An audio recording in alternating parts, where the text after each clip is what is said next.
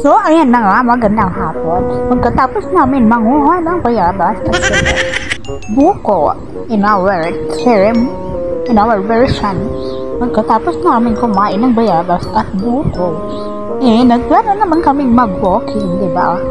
Para ma-exercise naman at lumabas yung kunti natin mga pats, di ba?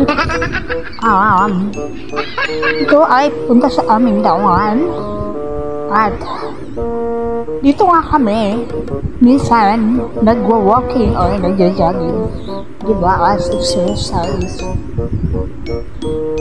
And then kasama ko yung dalawa kong tropas, and then si Bibisinyo, the son of my friend. Ayan, sumama siya sa amin to take for a short walk. Okay, habang naglalakad kami, siyempre nag-i-enjoy kami sa ang sarap ng fresh air. Then may nakita na naman ulit kaming bayabas, but sayang hindi pa gano'n kahinog yung mga bayabas, kaya dinaanan lang namin. Ayan, papunta kami sa may dulo sana. Kaso tinatamad na yung yung bibisin niyo. Kaya dyan lang kami malapit pagkatapos ng bahay na yan.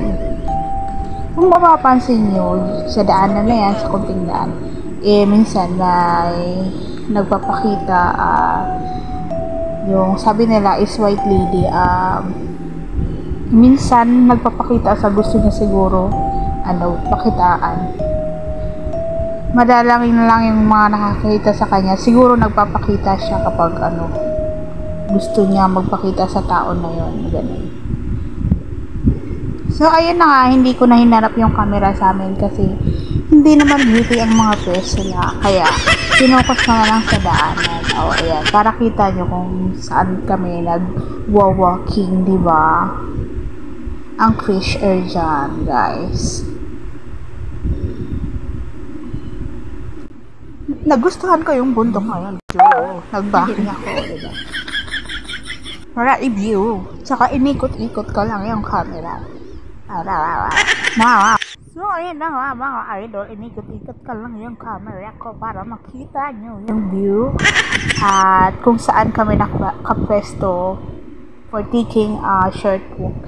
Hindi na kami pumunta dun sa may dulo. Minsan, madalas pala, maraming nag-walking dito, nag-exercise, nag-jogging, whatever. Diba? Ang ganda ng view.